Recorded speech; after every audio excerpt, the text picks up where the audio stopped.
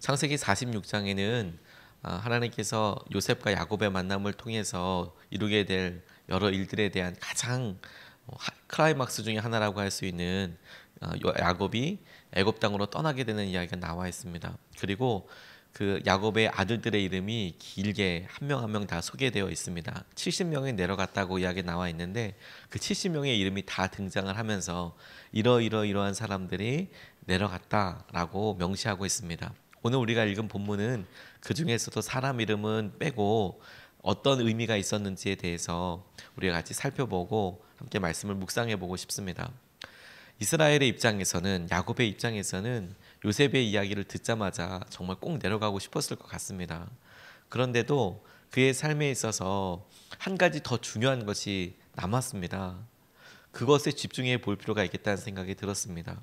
예전에 야곱이라면 자기에게 이런 기회가 있고 자기가 하고 싶은 일이 있었다면 다른 사람을 속여서라도 할 만한 그런 사람이었는데, 그가 오늘 본문 말씀에 보면 자기의 삶에 있어서 중요한 결정을 하기 전에 한 가지 중요한 일을 하게 된 것이 야곱이 이스라엘로 변하게 된 증거이고, 그리고 이스라엘에게 있어서 하나님께서 일하신 가장 중요한 것이라고 생각하게 되었습니다.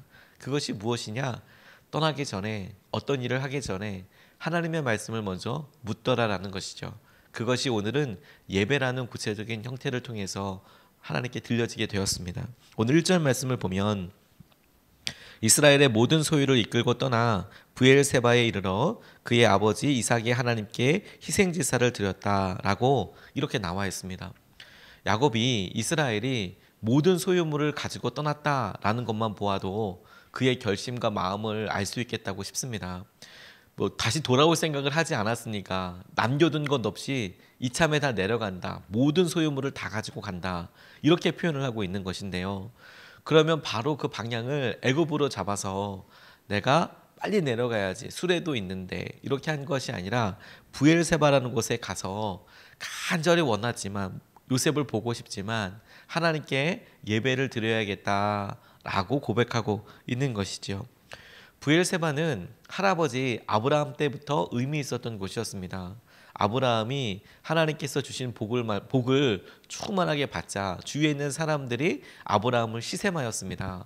그래서 브엘세바라는 곳은 점점 세력이 커지는 것 같은 아브라함을 보고 아비멜렉과 아비멜렉의 군대 장관이었던 비골이 아브라함과 함께 조약을 맺었던 곳입니다. 그래서 이곳은 약속의 우물이다.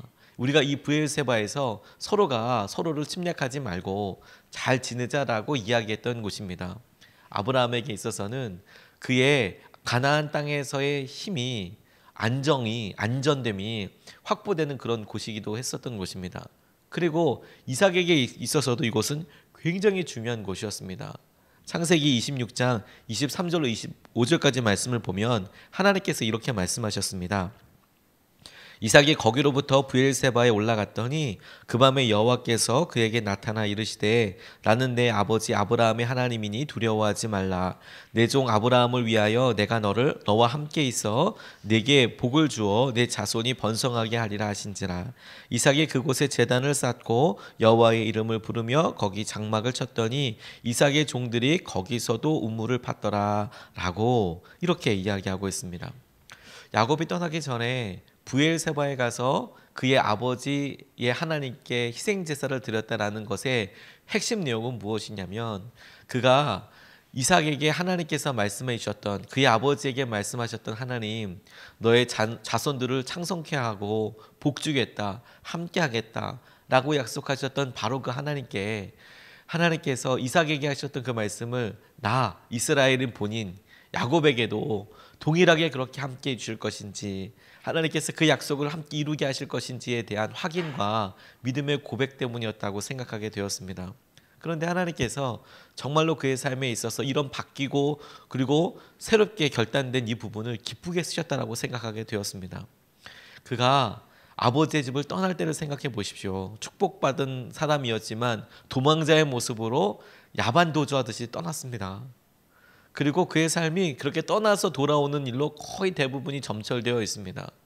한 곳에 정착하지 못하고 끊임없이 돌아다니는 삶과 같은 그런 일을 겪게 되었는데, 이런 만고풍상을 다 겪고 나니까 그의 삶의 중요한 일에 대하여 질문하고 그것에 대해서 하나님께 기다리게 되는 그런 사람으로 변해져 있더라는 것이죠.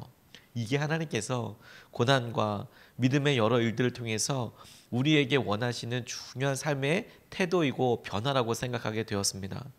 하나님께서 우리의 삶에 어려움을 통하여 순간순간 생기는 믿음의 여러 굴곡들을 통하여, 그래서 하나님께 질문하는 사람이 되었냐, 그래서 하나님께서 전에 말씀하셨던 말씀을 붙잡는 사람이 되었느냐, 이게 하나님께서 우리에게 확인하게 하시는 것이죠.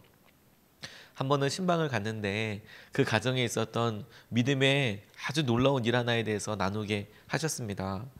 부부가 믿음 생활을 하는데 남편 되시는 분은 모태신앙이라고 할 만큼 어렸을 때부터 교회에 신앙생활을 하시던 분이었고, 이 아내 되시는 분은 오히려 결혼하고 날 즈음 거의 이제 고등학교를 졸업하고 난 다음서부터 뜨겁게 예수님을 믿게 되는 그런 형편이었습니다. 근데 두 분이 결혼하시고 행복하게 살고 계시는데, 남편분은 그냥 마음의 뜨거움이나 이런 거 없이 그냥 잘 살자 이런 느낌으로, 그냥 설렁설렁 느낌으로 이렇게 신앙생활을 하고 있으셨어도 연조는 오래된 거죠. 연조는 오래되셔서 뭐 11조나 이런 것들에 대해서는 전혀 마음에 걸림이 없으시지만, 그래도 기도 제목이 뭐예요 집사님 물어보면 성공입니다. 나 성공하기 원합니다. 이렇게 대놓고 이야기하시는 그런 분이셨습니다. 그래도 마음이 되게 고우신 분이어서 신방을 했는데, 그 가정 가운데 어떤 일이 있었냐면, 하나님께서 직장을 옮기고 나서 첫 열매를 드려야겠다는 마음을 아내분에게 주신 겁니다. 그래서 한 번은 아내분이 남편에게 여보 우리 첫 열매 드려요 이렇게 이야기를 하셨대요. 그랬더니 이분이 그건 말로만 듣던 일이지 자기 자신에게 이런 일이 있을 거라고 생각하지 못하고 뭐 화를 내시고 방으로 들어가시더라는 거죠. 그런 걸 왜 하냐, 확 화를 내시면서 들어가셨다라는 거예요. 뭐 처음에 그런 믿음의 결단을 한 번도 해보지 않으셨다면 뭐 그래 그럴 수도 있겠다라는 생각이 들었는데, 뭐냐면 이분이 난생 처음으로 교회 일을 가지고 고민을 해보셨대요. 본인 표현에 의하면 입을 뒤집어 쓰고 생각을 해봤더니 그게 맞는 것 같기도 하고, 그래서 다시 나와서 결국에는 그러자라고 대답을 하셨다라는 거예요. 그러자, 첫 열매 드리자, 그러자 이렇게 이야기했답니다. 남편 집사님 입장에서는 황당하기까지 했다고 표현을 그렇게 하시더라고요. 표현을 당장 대책이 없었기 때문에 이거 드릴 때 어떻게 하나. 근데 여자 집사님이 남편 집사님을 가만히 보니까 그 이야기를 하면서 눈에 눈물이 고이더래요. 그걸 벌벌 떨면서 예배 시간에 드렸답니다. 근데 평소에 예배 시간에 졸고 그러시던 분이 그날 그 헌금 드린 날은 눈을 정말 부라리면서 오늘 목사님이 무슨 말씀하시나, 뭐 인생 대박 이런 이야기에 대해서 꿈꾸고 계셨나 봐요. 헌금을 드리면 하나님께서 100배의 축복을 더하여 주실 것이다, 이런 말씀이 떨어질 거야. 마치 로또 당첨하듯이 하나님께서 이런 믿음의 고백을 하게 하여 주셨으면 강단에서 엄청난 축복의 말씀이 떨어지게 될 거야. 그래서 정말 눈을 이렇게 부라리고 설교 말씀을 듣는데, 와, 이런 헌금 드렸으니까 하나님께서 설교 말씀 놀랍게 해주시겠지. 근데 그날 목사님 설교가 기가 막히게 복음에 대한 이야기들하는 거죠. 나는 죽고 예수로 사는 것에 대해서 말씀을 해주시더라는 거예요. 그랬더니 이분 표현이 속았다라는 느낌도 들고 어떡하지 하는 마음도 들고 그런 생각이 들더라는 겁니다. 그런데 저는 그분 이야기를 들으면서 하나님께서 그래 이분 삶에 있어서 중요한 질문을 하는 사람이 있게 됐다면 성공한 것이지, 그런 생각도 들더라고요. 근데 바로 그달에 하나님이 계획에 없던 재정에 대해서 연봉 재협상을 하게 하시더래요. 그리고 생각지도 못했던 필요들을 채워주시더라고 간증하는 것을 들었습니다. 우리의 삶에 하나님께서 여러 일들 생기게 하실 때가 있죠. 그런데 우리는 우리 스스로 자각하게 깨닫게 맨날 똑같다고 생각해요. 아닙니다. 하나님께서 맨날 똑같은 일을 당하게 하시는 것 같지만 그 가운데 우리의 반응이 하나님께 예배하게 되었다면, 하나님께 질문하게 되었다면, 하나님께 기도하게 되었다면 그게 하나님께서 인도하시는 놀라운 은혜이고 손길인 것이죠. 그게 우리 가운데 있었던 변화인 것입니다. 그거 하나 되기 위해서 야곱에게 있어서는 거의 70여 년의 시간이 100년의 시간이 필요했습니다. 그렇게 평생이 필요하고 나서야 그가 이스라엘로 살아간다고 할 때 중요한 일 떠나게 될 때 하나님께 나가서 기도하게 된 거. 하나님께서 오늘 이 시간에 우리에게 기도의 자리로 부르신 것이 우리에게는 하나님 오늘도 왔습니다가 아니라 하나님께는 엄청난 기적이고 엄청난 인도하심이라는 깨달음을 하나님께서 주셨습니다. 우리가 주님께 묻고 주님께서 행하시는 은혜를 함께 누리게 되기를 주님의 이름으로 축복합니다. 두 번째로 붙잡은 것은 무엇이냐면 약속을 따라 한 걸음 가게 되더라라는 것이지요. 2절로 4절까지 말씀을 부분 보면 그 밤에 하나님이 이상 중에 이스라엘에게 나타나 이르되 하나님이 이르시되 나는 하나님이라 내 아버지의 하나님이니 애굽으로 내려가기를 두려워하지 말라. 내가 거기서 너로 큰 민족을 이루게 하리라. 내가 너와 함께 애굽으로 내려가겠고 반드시 너로 인도하여 다시 올라올 것이다 라고 그렇게 이야기하고 계시는 것이죠. 이 말씀이 이삭에게 말씀하셨던 말씀과 얼마나 흡사한지 우리가 생각해 보게 됩니다. 이삭에게 내가 너와 함께 할 것이다. 두려워하지 말아라. 큰 민족을 이루게 해주실 것이다. 그렇게 창세기 26장에서 말씀하셨던 것을 우리가 보았는데 하나님께서 그 밤에 내가 너의 아버지 이삭의 하나님이다. 이스라엘아, 내가 너와 함께 하겠다. 내가 너와 함께 내려가고 그곳에서 큰 민족을 이루어서 내가 너희로 다시 올라오게 하겠다. 내가 이 모든 과정 가운데 너와 함께 하겠다라고 말씀하고 계시는 것이죠. 이스라엘의 마음에, 야곱의 마음에 두려움이 있었습니다. 성경 말씀에 그가 두려워하는 것에 대해서 두려워하지 말라라고 말씀하고 계시죠. 아무에게도 말하지 못했던 두려움이 그에게 있었나 봅니다. 근데 하나님께서 그 두려움을 아시고 두려워하지 말아라. 내가 너와 함께 할 것이고 내가 너로 큰 민족을 이루게 하셔서 하나님께서 너와 함께 하시는 것을 보게 해 주실 것이다. 놀랍지 않습니까? 그가 라반의 집으로 떠날 때, 밧단 아람으로 떠날 때 하나님께서 그의 곤고함을 아시고 꿈속에 찾아오셔서 말씀하셨습니다. 두려워하지 말아라. 내가 함께 하겠다. 너 이곳에 다시 와서 나한테 예배드리게 될 거다. 이렇게 약속해 주셨거든요. 그가 아주 젊었을 때에 한참 혈기가 왕성할 때 들었던 약속입니다. 그런데 이제 그의 마음에 이제 내가 하늘나라로 갈 때가 다 됐지. 이렇게 생각할 때 다시 그 말씀을 듣는다고 생각해 보십시오. 저는 너무 가슴이 뛰더라고요. 우리가 청년의 때에 하나님께 한참 뜨거워서 말씀을 드릴 때에 천둥 벌거숭이 같아서 막 그럴 때에 하나님께서 거의 일방적으로 은혜를 주셨어요. 내가 너와 함께 하겠다. 내가 너를 붙잡고 쓰겠다. 근데 그렇게 말씀해 주셨는데 이제는 그의 노년에 이제 다시 시작하는 것이죠. 유목민이었던 이스라엘이 처음부터 다시 이제 애굽에서 시작해야 되는 거예요. 다 처음부터. 그런데 내려가는 그 순간에 젊었을 때 그가 분명히 들었던 그 말씀으로 다시 말씀하시기를 내려가. 내가 너와 함께 할 거야. 그리고 다시 올라오게 할 거야. 다른 사람은 몰라도 야곱에게는 이걸 한번 경험해 봤기 때문에 이걸 한번 누려봤기 때문에 다시 돌아온다는 게 어떤 것인지 한번 경험해 봤기 때문에 이게 얼마나 놀라운 감동이고 감격이었을까. 하나님 이런 삶이 내게 정말 축복처럼 있게 되기를 원합니다. 이렇게 기도하게 되더라고요. 하나님 우리 삶에 하나님께서 직접 말씀하시고 우리가 경험으로 알았던 그 하나님이 우리의 기도에 직접 응답하시는 것이 너무너무 필요합니다. 하나님께서 그 약속을 주시고 그 약속에 따라서 한 걸음 내딛게 해주십시오. 그렇게 간절히 기도해야겠다는 생각이 들었습니다. 아프리카 선교사로 나가기 전에 임은미 선교사님이 미국에서 오랫동안 생활하셨기 때문에 특별하게 한국에 연고가 없으셨습니다. 그리고 남편 되시는 분은 미국 분이세요. 국제 결혼을 하셨습니다. 신학교에서 만난 신실한 남편과 결혼해서 이제 아프리카 케냐로 선교사로 나가려고 하는데 한국에서도 선교적인 거점이 필요하고 후원교회를 찾던 중에 여의도 순복음교회 찾아가게 되었답니다.